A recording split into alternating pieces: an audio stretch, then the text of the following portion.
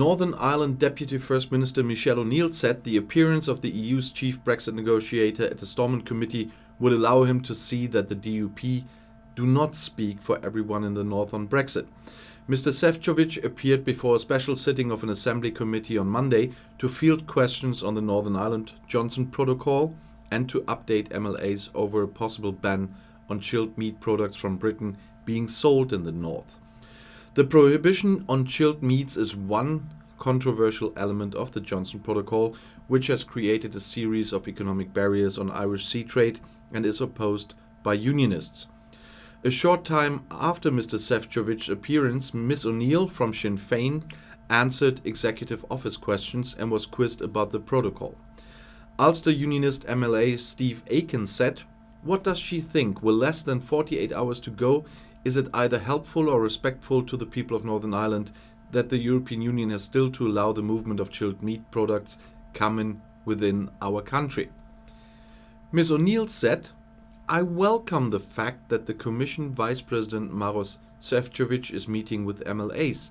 I hope that within that conversation there was a balance put on the fact that the protocol is mitigation. The protocol is the best effort we have against the worst excesses of Brexit. I welcome the fact that there is an indication in terms of the extension for the chilled meats that is expected there is going to be a positive response. That is good, we should bank that, but what we need are longer term solutions, and I hope that we can find those solutions in the period ahead." Mr. Aiken responded to that, "She puts a lot of weight on what Maroš Šefčovič is saying, but we have real concerns in particular about the supply of medicines within Northern Ireland. What degree of risk does she think is acceptable?"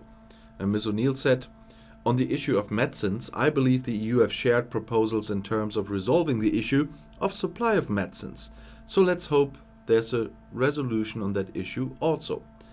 If the UK agrees to the office, I say." The Deputy First Minister added, "I do think the appearance of Maroš Šefčovič really was a positive development. I think it's really important that he does hear firsthand that the DUP doesn't speak for the North on Brexit or the protocol. We can never forget that the reason that we have the protocol is because we had Brexit, not of our wish. We have to deal with the consequences of the Brexit that we neither wanted nor voted for." After Ms. O'Neill's appearance, new DUP Economy Minister Paul Frew also answered questions on the Northern Ireland Protocol. Sinn Féin MLA John O'Dowd asked, "The head of Invest NI has said that as a result of the protocol there has been significant interest in inward investment, but businesses are concerned that the minister's political stance will stop this department offering them the much needed support they require." And Mr. Frew responded, "What I have seen in visiting businesses is that whilst there may be some slight advantages, that when they try to buy in stock from Great Britain it is hampering them. So even if they can get any sort of advantage, the fact that they have to buy stuff in from Great Britain is penalizing them greatly. The paperwork is spiraling out of control. Businesses are raising concerns about the initial workloads and costs associated with the new requirements for supplementary declarations.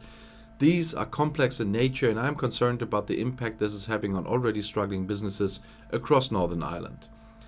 The ending of the grace period posed further cliff edges for our businesses. It is vital that these issues are resolved and we do not see further barriers arise due to divergence.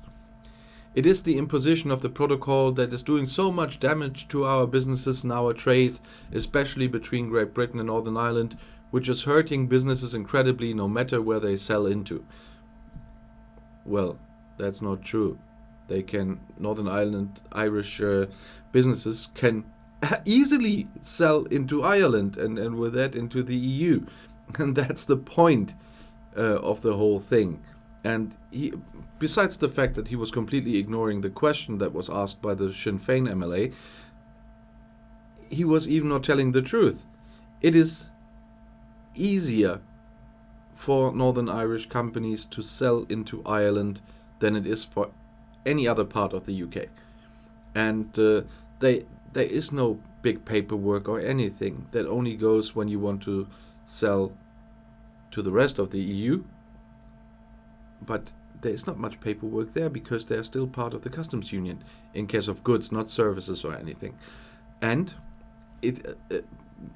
is a problem for companies in the rest of the UK to sell to Ireland, of course, and to the rest of the EU. There's a lot of paperwork, but Northern Irish companies can without any problem sell into Ireland or into the rest of the UK. Got it? So it's really fun that the DUP people try to twist reality all the time whenever they open their mouth. Still, I'll see you in my next video. Auf Wiedersehen.